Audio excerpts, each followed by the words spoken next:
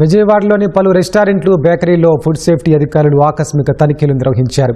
Food safety, తూనికలు, కొలతల శాఖ joint food safety controller Purnachandrarao ఆధ్వర్యంలో మొత్తం 40 బృందాలు సోదాలు చేశారు. నగర వ్యాప్తంగా రెస్టారెంట్లో పాటిస్తున్న ఆహార భద్రతా ప్రమాణాలపై ఆరా తీశారు. కొన్ని బేకరీలు అనుమతులు లేకుండానే నడిపిస్తున్నట్లు అధికారులు గుర్తించారు. ఓ బేకరీలు కాలం చెల్లిన నాసిరకం పదార్థాలతో ఉత్పత్తులు తయారు చేసినట్లు గుర్తించారు.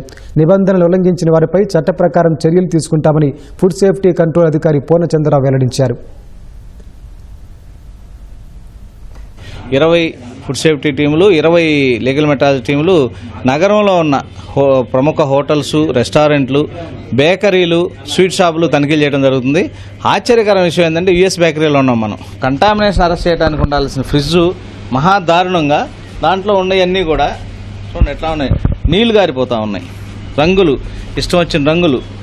తర్వాత అన్నీ ఈ నీళ్ళల్లో పెట్టేశారు, ఫ్రిడ్జ్లో పెట్టి నీళ్లు చూడండి, నీళ్ళలో డోనట్స్ తడిసిపోయి ఉన్నాయి. ఫ్రిడ్జ్లో ఉంటే ఏదైనా పాడైపోకుండా ఉంటాయనే కానీ దాంట్లో నీళ్లు ఫ్రిడ్జ్లో నుంచి పైనుంచి కారుతూ ఉన్నాయి, పైనుంచి కారి వీటిలో నుంచి నీళ్ళు వచ్చేస్తూ ఉన్నాయి.